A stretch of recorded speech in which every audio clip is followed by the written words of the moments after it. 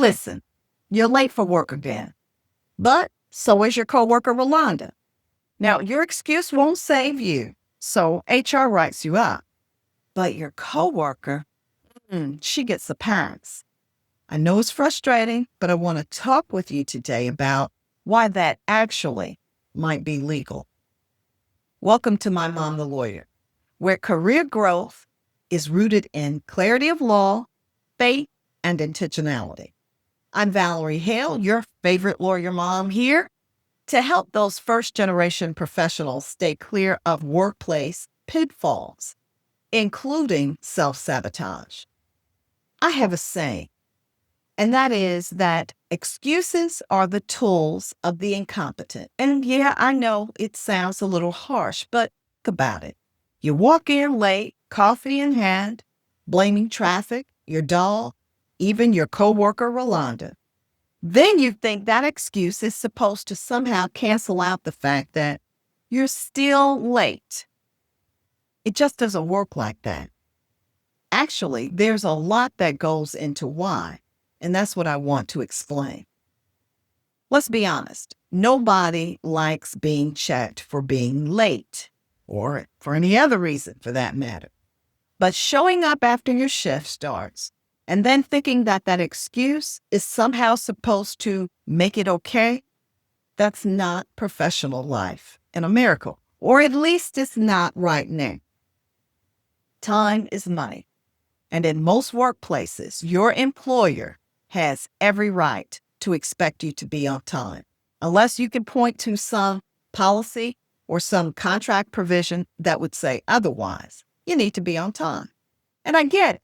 Your coworker, Rolanda, steps in late all the time, and somehow nobody seems to say anything, especially HR. But you step in late one morning and boom, right up. That doesn't feel fair, does it?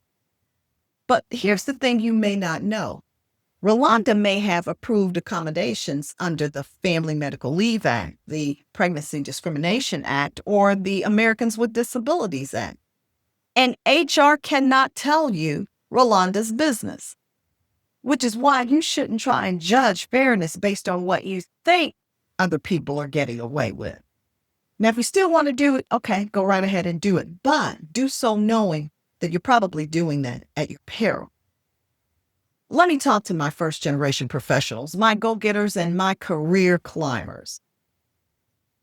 Stop comparing yourselves to the bare minimum and then calling it unfair.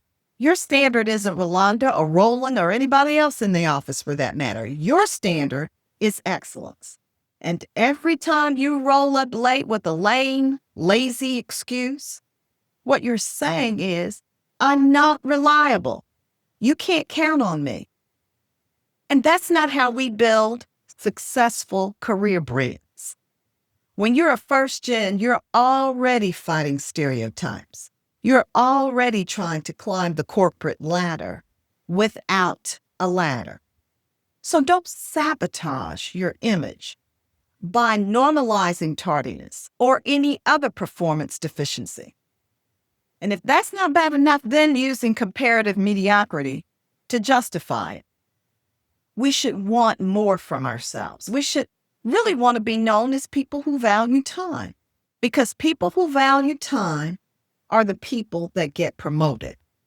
Now, of course, by all means, if you have a legitimate reason for being late, chronic illness, pregnancy, caregiving, go on and talk to HR, get it documented, and then learn how FMLA or ADA can work for you. But please, by all means, do not wait until you have one foot out the door and a warning letter in your file before you say anything. Keeping this real, excuses don't pay the bills. Competence, professionalism, knowing your rights, that's what opens those doors that are usually locked for folk like us. Without legacies, without connection, I want to leave you with this. Each one should test their own actions without comparing themselves to someone else. Now, if that sounds familiar, it's Galatians 6, 4, and 5. And it further makes the point that we all need to stop blaming Rolanda, stop making excuses, and be the kind of professional who values time, who shows up, who levels up. Your excellence is your key to those rooms. Don't lose access because you couldn't get to work on time. If this has helped you shift your mindset just a little, go ahead and like this video and drop a comment. And then share it with someone who still may be blaming traffic for their bad habits. I'm your lawyer mom, Valerie Hale, here, keeping you legally protected, spiritually grounded, and professionally prepared. We'll see you next week.